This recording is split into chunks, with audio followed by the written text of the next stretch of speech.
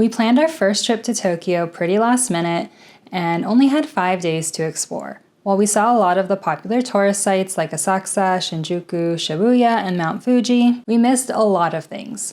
Well, on our return trip this spring, we were more prepared and were able to do 5 things that we missed on our first visit to Tokyo. I'll share these with you so you can determine whether they're worth the effort on your first time or if you should skip them. On our first trip to Tokyo, I never would have thought about going thrifting or going to flea markets, but this time I was influenced by my sister and Instagram, and we went thrifting in Shimokitazawa.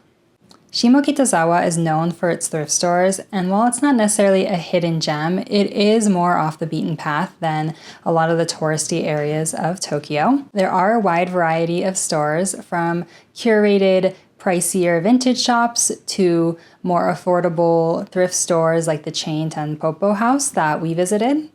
I got 3 shirts for $9. I got a cotton Nikto and long sleeve, a Uniqlo button-up, and just this plain unbranded white shirt that I really like the pearl buttons and the tie-back detail. Be sure to bring cash because they do not accept credit card. On Sundays, you can't miss the flea market at the Hanazono Shrine in Shinjuku. There are about 25 to 30 different stalls with mostly smaller items, so it's perfect for souvenir shopping. I got a small decorative plate for 500 yen, a coin that is supposedly from the Edo period for 300 yen, and this vintage fabric, I believe it was from the 50s or the 60s, and I can't remember exactly what it was for, but I really like the pattern and I'm going to hang it in my house. The shrine is the perfect backdrop for browsing the different vendors, and the flea market is pretty much every Sunday except for festival days and if there is bad weather like rain. What do you think? Would you visit a flea market or thrift store on your trip to Japan? I feel like all over the Japan travel planning Facebook groups and social media and blogs, everyone talks about Suica. You can use the Suica card to tap and pay for public transportation, but you can also pay for convenience stores and even some vending machines and drugstores. So it really is multi-use and pretty convenient. We did not get it on our first trip because we actually used the Tokyo subway pass. You can get a 72-hour pass for 1,500 yen, which is a really great deal. They do offer 24 and 48-hour passes as well, but they're not as good of a deal. This time though, because we could add the Suica to our Apple Wallet, it's really simple. You just go into the Apple Wallet and add the card, and then you can add funds from your credit card, which is very convenient. If you have an Android, you would have to get a physical card, or if you just prefer the physical card, you can use one. You can get these at machines in the train station in the airport, and these do have to be loaded with cash. So make sure you have enough cash for the card.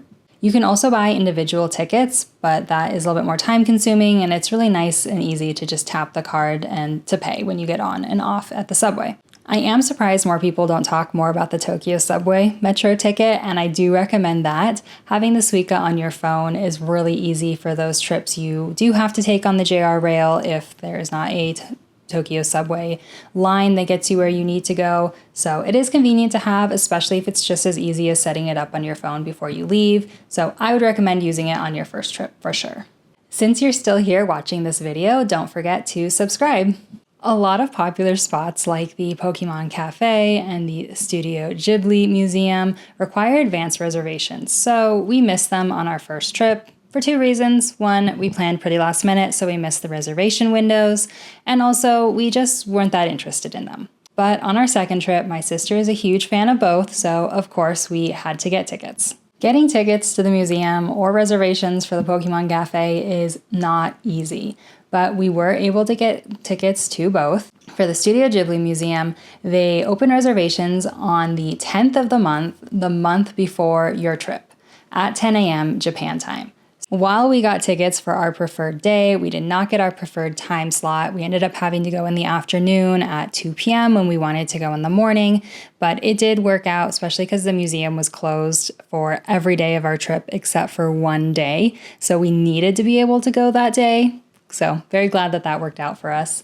Tickets are pretty affordable at only 1,000 yen or about $7. So not too expensive compared to other museums around the world. While my sister loved the museum and the park that it was in, My husband and I enjoyed it, but I don't regret skipping it on our first trip. It is quite a bit outside of central Tokyo. The short film is in Japanese with no subtitles unless you can catch one of the dubbed versions shown a few times a day.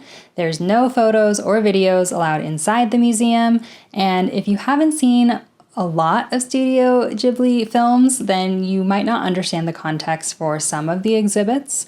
I've only seen a couple, so I did not understand the Boy and the Heron exhibit or probably appreciate it as much as I would have if I'd seen the film. It's also more of an art museum than a park. If you think about, I think there's a Studio Ghibli park that has more figures and things to take pictures with. This is more of an art museum, I would say. So just come into it with that expectation of what it is, and I think you'll enjoy it if you are a Studio Ghibli fan, but don't feel like you have to go just because you're in Tokyo and it's a popular thing to do. Getting reservations for the Pokemon Cafe was even harder than getting reservations for the Studio Ghibli Museum, but it was worth it because my sister loved it. Again, probably another thing where if you're not really a huge Pokemon fan, you can skip it. They open reservations 31 days before your desired date at 6 p.m. Japan time, which for me in Utah ended up being like 3 in the morning. I ended up having to get up at 3 in the morning for 3 days in a row before I finally got tickets, because unlike the Studio Ghibli Museum where they release tickets for an entire month on the same day, reservations open day by day. So if you miss out on one day, you can try again on the next day or the next day, or the next day. You also can try for a walk-up slot. I think the date that you are trying to go will probably vary on how long you have to wait or if you have success with that. I do hear good things about getting a walk-up slot. It just kind of depends if you want to spend the time while you are in Japan waiting potentially, or if you want to spend the time at home trying to get a slot in the morning. The show was really cute and the food was good, but not amazing or anything, and kind of expensive. It was about $30 each for food and drinks for us. There is a store with limited merchandise that you can only get in the cafe. It's also next to a Pokemon Center where anyone can shop, but you do need a reservation to shop in the cafe store. While visiting an onsen may seem intimidating, it was one of my favorite things we did on our most recent trip. We were unable to visit an onsen the first time we visited Tokyo because there aren't really onsens in Tokyo. There are spas and bathhouses, but you can't find like natural hot springs like you can in other parts of Japan. So on this trip, we visited Hakone, which is about 2.5 to 3 hours outside of Tokyo on public transportation, and we're able to visit 2 different onsen. At first, it feels a little awkward being naked in front of other people, but then you quickly realize that no one cares and you're able to just really relax and enjoy the onsen. I would recommend reading up on onsen etiquette in advance just to be familiar, but the general gist is to completely undress, make sure you shower and wash yourself before entering the water, and just to be quiet and respectful. While I was worried about doing something wrong, reading up on etiquette and guides beforehand helped me feel confident and that I wouldn't embarrass myself. If you are too worried about the being naked aspect or want just a more private experience, then there are onsens that have private onsens you can rent or hotels you can stay at that have onsens in the room as well. We visited Hakone because it worked with our itinerary, but there are other onsen areas to visit, so definitely get off the beaten path, explore, and find something that works with your itinerary, because I definitely wish that we'd gone to an onsen on our first trip. We definitely did more shopping on our second trip to Tokyo, but I didn't even know how to use the tax-free benefits on our first trip. If you are staying in Japan for less than 6 months, then you can show your passport in participating stores and get a discount equivalent to the tax. There are some requirements, like the purchase must be for more than 5,500 yen, which is about $37, so it won't help with any small purchases. And not all stores participate, like Tokyo Disneyland and Daiso don't participate. We did get discounts at the Disney Store, Uniqlo, Kittyland, and Bic Camera. The discount is usually about 10%, and just remember that the items need to leave Japan with you. You cannot ship them home in advance, and they should be on you when you go through customs, not in your checked bag. Sometimes there's other discounts as well. I've seen some discounts on tax-free Japan. We haven't used any of those, but my husband also got a discount in a Bic camera. It was 5% for using a Visa card. He said there were signs, so just keep an eye out for any signs in the stores you're shopping at that may have additional discounts, and check online as well. If you're going to be doing shopping in Tokyo, then I would definitely recommend just carrying your passport on you, because you never know what kinds of discounts you'll be able to get. I don't think you need to do any of the hyped Instagram experiences if it's not something that interests you. This may be controversial, but I still haven't been to either of the Team Lab experiences after 2 visits to Tokyo, and I'm not sure I ever will, just because they don't interest me. There's, other things like I've been to Tokyo Disneyland, and someone may say, well, that's dumb, why did you do that? It just depends on what interests you. So I think mainly just don't let Instagram or people tell you you have to do something if it's not something that interests you. That said, I think you should definitely use a Suica card. It makes it really convenient, especially if you have an Apple phone. And you should also take advantage of tax-free discounts.